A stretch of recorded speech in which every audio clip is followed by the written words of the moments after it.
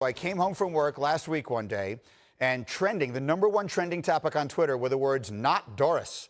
And I thought to myself, what in the world happened here? And now we all know, and I'm told that we do have Doris back. Doris Burke, I hope you can hear me. And I think I speak for absolutely everyone when I say it is wonderful to see you looking and feeling well. How are you today?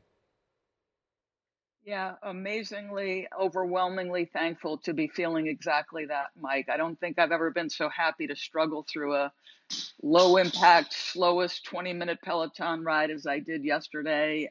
So overwhelmingly thankful that my children are both well. My daughter is here with me at my home outside Philadelphia, and the fact that she and her fiance have not contracted the virus, given their close proximity to me, I'm overwhelmingly thankful. I'm going to ask you something that I understand is sort of a complicated question, but you know, you're well aware how much admiration people have for you all the time. It's something that people, it's not a secret. But to have seen the outpouring of emotion that I saw and that you must have seen last week, I just wonder what that was like and what it meant to you.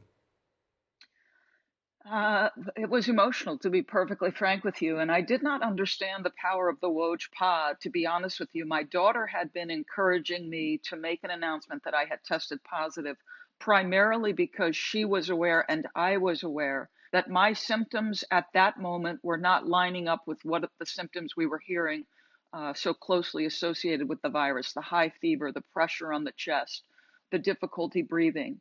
And first of all, I can't imagine the terror of those who have felt that. Mine were fatigue and searing headaches primarily. And so listening to my daughter, I thought, well, if we're really going to reach people, Woj's pod would probably be the broadest base. And Woj had said to me before he dropped the pod, he said, "I'm going to text you." And really was not picking up what his message was. Mike, my phone blew up and I could cry thinking about the number of colleagues and friends and family who reached out.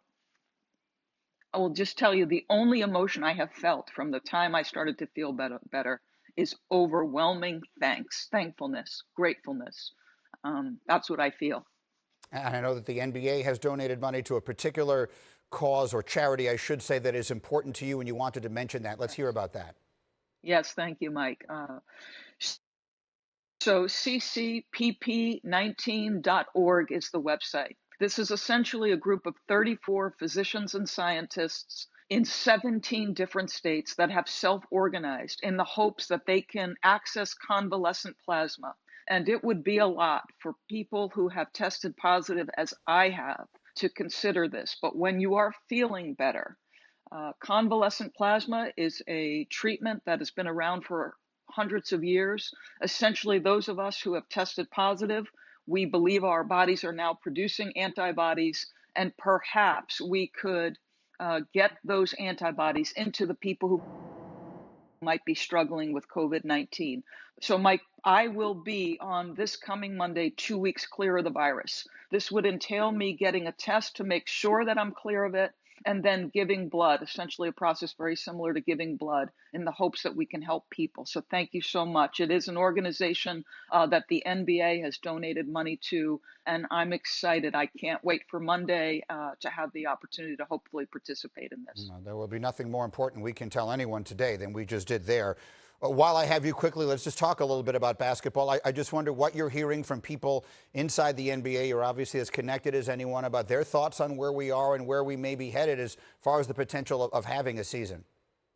Yeah, I have so many questions about what potentially a season could look like, what the reaction of the players would be. The thing that seems to be most foremost in the minds of those trying to make these decisions is the idea of a bubble city, or, could we go to Las Vegas and function in that capacity?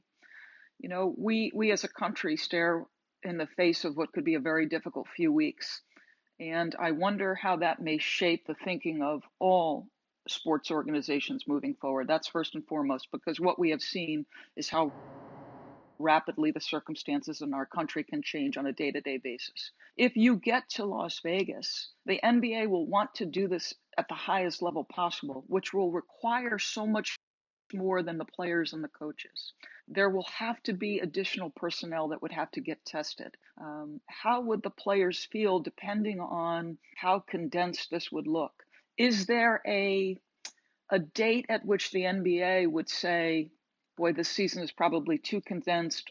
We can't move forward from here. My initial thinking on this, Mike, was this might give the league the impetus to look hard at a circumstance they wanted to look at, which was perhaps starting the season in December, be it Christmas Day or a week before, or whatever the case may be, whatever that. But it sounds from Woj's reporting that they're more likely to want to be complete by Labor Day. I have a million questions. I really do. If we were able to pick it up and it was a shortened season, how would that impact people like LeBron and Chris Paul, who over the course of a 7-game series might have more influence? If the condensed season affects a 34-year-old different than, say, Ja Morant. So I have a million questions. I'm sure the league has a million questions. It's only been a week that I've been well enough to actually listen and read and consider. Whenever it comes back, Mike, I can't wait. But I do believe the implications of this go beyond this season. And by that, I mean this. When I became clear of the virus, I'm the mother of 2 children. And my thinking was, dear God, please don't let my children get this virus.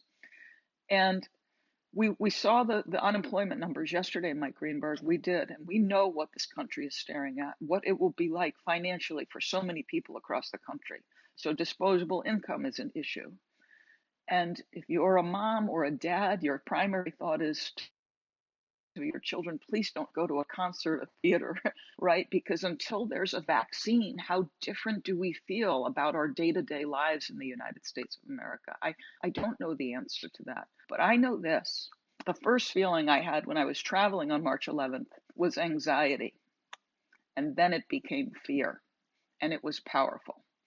And I don't know that until we get a vaccine, any of us feels any differently about that.